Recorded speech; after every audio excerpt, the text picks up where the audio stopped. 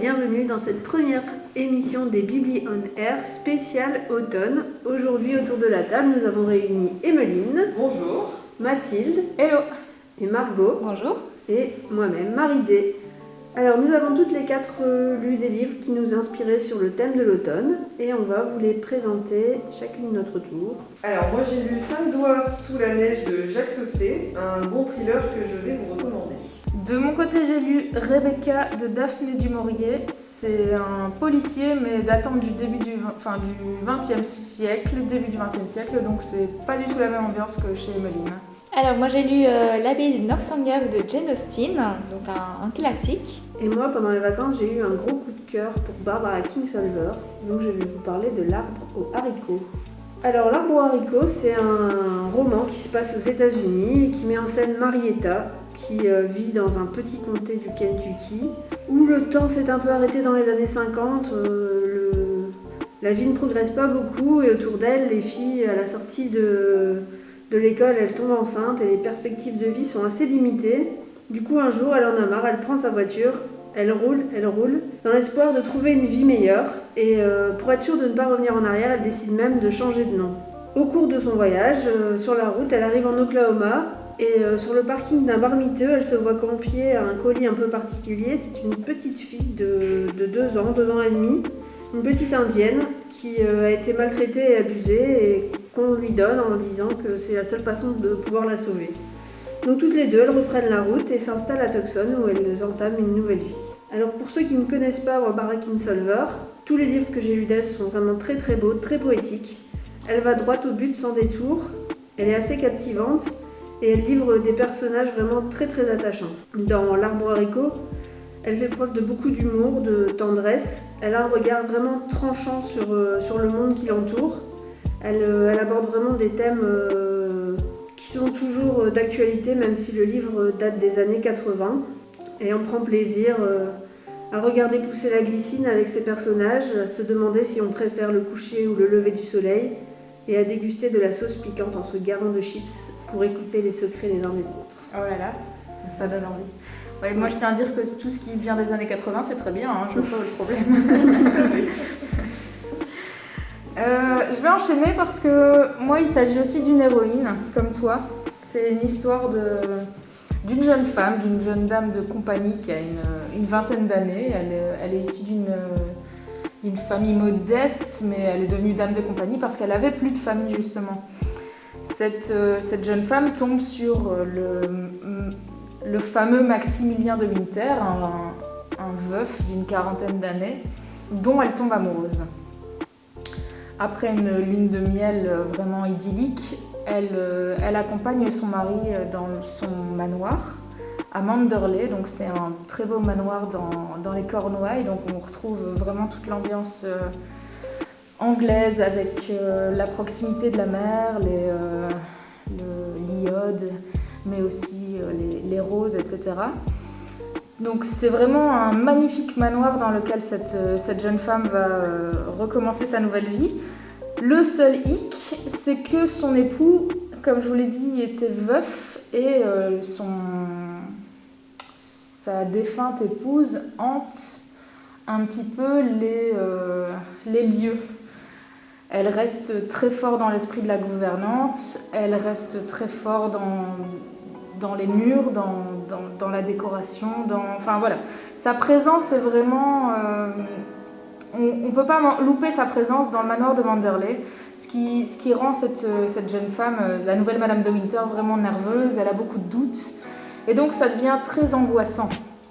Et voilà, on ne sait pas trop ce qui s'est passé, on sait que Rebecca, donc le nom de l'ex-femme, s'est noyée, mais on n'a pas plus de détails et on voudrait bien comprendre. Et tout ça, ça va se débloquer au fur et à mesure du livre. Pour ma part, j'ai trouvé la première partie un peu longue, mais à partir du moment justement où on commence à avoir des réponses, ça devient très très prenant. Donc Rebecca, le livre de Daphné du Maurier, a été écrit en 1938.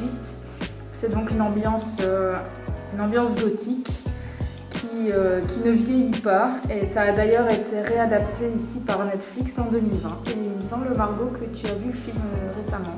Oui, effectivement. Donc j'ai vu l'adaptation Netflix qui est bon, je ne sais pas dire que c'est une bonne adaptation du roman parce que je n'ai pas lu le roman, mais en tout cas c'est un très bon film. Comme tu dis, on retrouve la même ambiance pesante que dans le livre. Donc vraiment cette Rebecca qui hante les lieux et qui a laissé une trace importante dans l'esprit de chacun.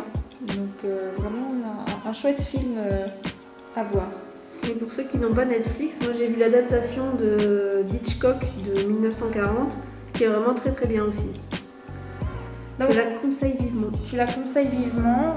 Donc les deux films sont conseillés. Je conseille le livre également. Donc si vous avez peu de temps à y consacrer, rendez-vous sur Netflix ou débrouillez-vous pour retrouver le film d'Hitchcock. Et si vous avez envie de prendre le temps de connaître l'histoire de Rebecca, je vous suggère de lire le livre. Ou n'importe quel livre de Daphné du Maurier d'ailleurs. Ouais, merci Marie. En passant. Alors, donc moi j'ai lu 5 doigts sous la neige de Jacques Saussé. Alors Jacques Saussé, il était venu à Moucron l'année dernière pour nous parler de ses romans. Alors j'en ai lu déjà donc, toute une série, sa série de romans avec le Capitaine Magne, alors plusieurs one-shots. Donc 5 doigts sous la neige, c'est son dernier livre qui est paru cette année. Mais le roman se situe en 1974. Et sur le thème de l'automne, puisque même si ça se passe sous la neige, ça se passe fin septembre, puisque cette année-là, il y a une grosse chute de neige dans les Vosges, là où ça se situe. Alors, les personnages principaux. Le personnage principal, c'est Marc Torres, qui est écrivain, qui vit avec son fils Alexandre dans une maison isolée dans les bois. Mauvaise idée. Donc déjà, mauvaise idée. Alors, le fils, il est assez perturbé. Déjà, c'est quelqu'un d'assez fragile, qui a quand même de grosses failles, et qui a été encore plus fragilisé par la mort de sa mère il y a 5 ans. Et son père lui-même s'est plongé dans le travail pour oublier. Alors pour son anniversaire, Alexandre aimerait inviter des amis. Son père cède et donc il y a une quinzaine d'ados qui se retrouvent dans cette maison, dans les bois, en montagne. Alors donc il va y avoir une grosse chute de neige et la montagne va être bloquée, donc les enfants vont devoir dormir sur place. Et Marc va être inquiet. Il est inquiet pour Alexandre et il est inquiet aussi pour les autres enfants. Il est inquiet puisque ce sont encore des adolescents et qu'il a peur de ce qui pourrait se passer. Donc normalement, pas d'alcool, pas de drogue. Et voilà, on sait comment ça se passe. Et donc, il va se passer quelque chose durant cette nuit, même plusieurs choses. Je ne vais pas vous les citer parce que sinon c'est pas drôle. Mais en tout cas, je vous conseille ce thriller. Il y a du suspense.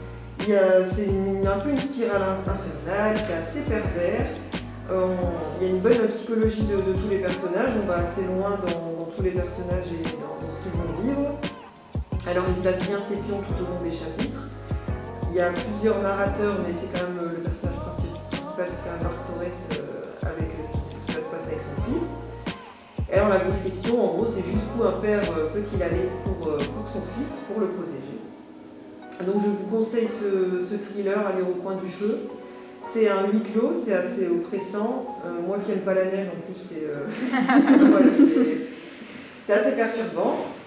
Et donc voilà, je vous conseille son dernier bouquin, il est vraiment bien, ça change de ses précédents.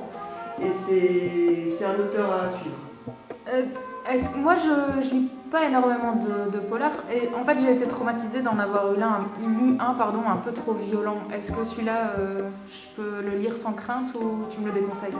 Non, celui-là tu peux le lire sans crainte. C'est quand même un peu plus poussé. J'ai l'impression que les thrillers de maintenant vont un peu plus loin que les classiques policiers qu'on pouvait retrouver avant. Mais je peux quand même le conseiller à tout adulte sans problème. Je l'ai conseillé à d'autres personnes qui n'ont pas été affectées particulièrement. Je ne veux pas être traumatisée. Par le côté sanglant. Ok, cool, merci. Last but not least. Exactement. Alors, moi, c'est pas du tout sanglant non plus. Hein. Voilà, donc c'est à conseiller à tout le monde. C'est l'un des premiers romans écrits par Jane Austen. Donc, elle l'a achevé en 1803. Donc, on fait un petit bond dans le passé. Et alors, dans ce roman, donc, qui est l'abbaye de Northanger, on a une parodie du roman gothique.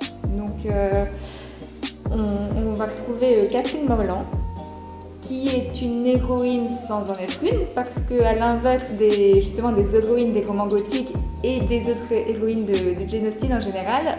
Elle n'est ni spécialement belle, pas spécialement intelligente, très attachante, hein, mais voilà, sinon plutôt quelconque. Et en fait, ce qu'elle adore, elle, c'est les romans gothiques, quoi. Donc, elle rêverait d'être une héroïne de roman gothique, de vivre des situations stressantes. Mais voilà, c'est pas tout à fait le cas. Et donc, elle va se retrouver avec des amis à Bath, où elle va découvrir les coutumes de la ville, ses bals, ses spectacles. Elle va faire des rencontres, donc notamment Isabelle Thorpe, qui a l'air fort gentille en apparence, mais qui se révèle assez rapidement être une belle hypocrite. Et elle va surtout rencontrer le bel Henry Tinley. On l'attendait. On l'attendait, effectivement. Il fallait bien qu'il y ait un homme dans cette histoire. Évidemment, parce que bon, les romans de Jane Austen, c'est aussi des romans d'amour. Mais c'est pas que ça, c'est surtout pas que ça. C'est des romans qui sont toujours très drôles. Enfin, moi, j'ai un gros coup de cœur en général pour tous les romans de Jane Austen. Donc, comme d'habitude, on a vraiment des discussions savoureuses, faites de quiproquos, des passages qui sont cocasses, parce que justement, donc, comme on est dans une parodie du roman gothique, notre petite Catherine va aller visiter l'abbaye de Northanger. Donc, elle, évidemment, elle s'attend à un bâtiment délabré, un bâtiment qui fait noir, où il fait froid, plein de passages secrets. Mais en fait, pas du tout. Donc, l'abbaye de Northanger, c'est une charmante demeure où l'électricité est déjà installée. Et voilà, donc on a plein de petits passages cocasses, des dialogues qui sont vraiment très très drôles. Par contre, voilà, moi je suis une grande fan des romans de Jane Austen. Là, j'ai une petite chose qui m'a peut-être un peu moins plu, c'est que voilà, là, comme on est vraiment dans la parodie du roman gothique, mais attention, hein, allez, c'est pas une critique ouverte, c'est plus un hommage aussi à la littérature. Mais du coup, on est moins dans l'analyse psychologique des personnages, qui est vraiment le fort de Jane Austen. Voilà, là c'est un petit peu moins présent dans le roman, mais ça reste un roman qui est très très agréable à lire justement en automne, avec son plaid au coin du feu et un petit chocolat chaud. Donc vraiment un roman que je conseille. Un petit doudou. Un petit doudou, tout à fait. On espère que cette émission vous aura plu et qu'on pourra se donner rendez-vous peut-être pour une prochaine émission.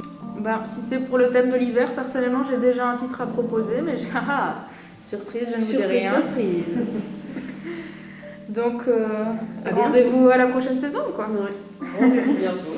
À bientôt. À bientôt. À bientôt.